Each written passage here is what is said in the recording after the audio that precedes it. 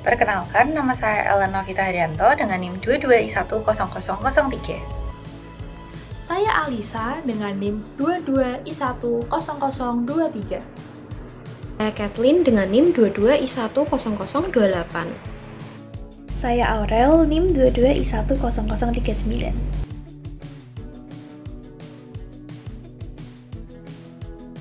Paired t-test merupakan uji parametrik yang dapat digunakan pada dua data berpasangan. Tujuan dari uji ini adalah untuk melihat apakah ada perbedaan rata-rata antara dua sampel yang saling berpasangan atau berhubungan. Karena berpasangan, maka data dari kedua sampel harus memiliki jumlah yang sama atau berasal dari sumber yang sama. Jika tidak saling berhubungan atau tidak memiliki jumlah data yang sama, dapat menggunakan uji independent sample t-test.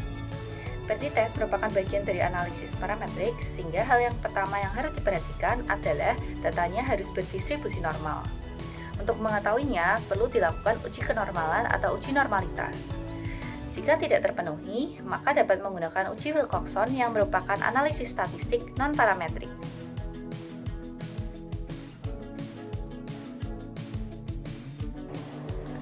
Contoh paired t-test adalah ketika peneliti ingin menguji apakah ada perbedaan tinggi tanaman sebelum diberikan obat anti hama dan setelah diberi perlakuan obat anti hama.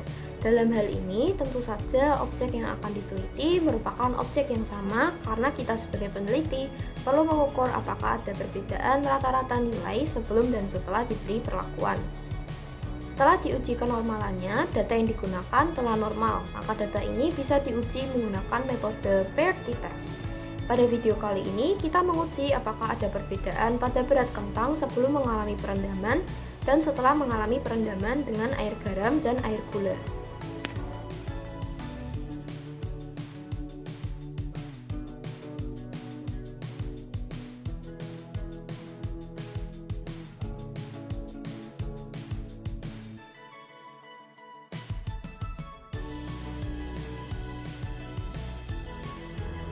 Setelah kita memastikan bahwa data yang kita miliki terdistribusi secara normal, maka kita dapat langsung melanjutkan pengujian ke tahap selanjutnya, yaitu uji T.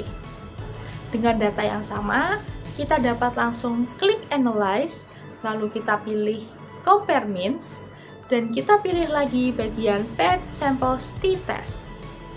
Bila sudah muncul, kita akan mengklik berat kentang kontrol sebagai variabel 1, lalu variabel 2-nya adalah berat kentang setelah direndam dalam air garam. Kemudian, kita tinggal klik panah di tengah, lalu kedua variabel tersebut akan masuk ke kotak sebelah kanan yang berjudul Paired Variables. Kita kemudian akan melakukan hal yang sama terhadap berat kentang kontrol dan berat kentang setelah direndam dalam air gula. Bila sudah, kita dapat langsung klik OK dan output akan langsung muncul. Output yang kita gunakan adalah tabel dengan judul Paired Samples Test, di mana dari tabel tersebut, bagian yang kita baca adalah nilai signifikansinya. Dari hasil uji T yang sudah didapatkan dua hasil signifikansi. Untuk variabel kontrol dengan perlakuan garam didapatkan signifikansi sebesar 0,34, sedangkan variabel kontrol dengan perlakuan gula didapatkan hasil signifikansi sebesar 0,03. Kedua hasil signifikansi tersebut menunjukkan di bawah 0,05, yang berarti terdapat perbedaan nyata antara variabel kontrol dengan perlakuan gula maupun garam.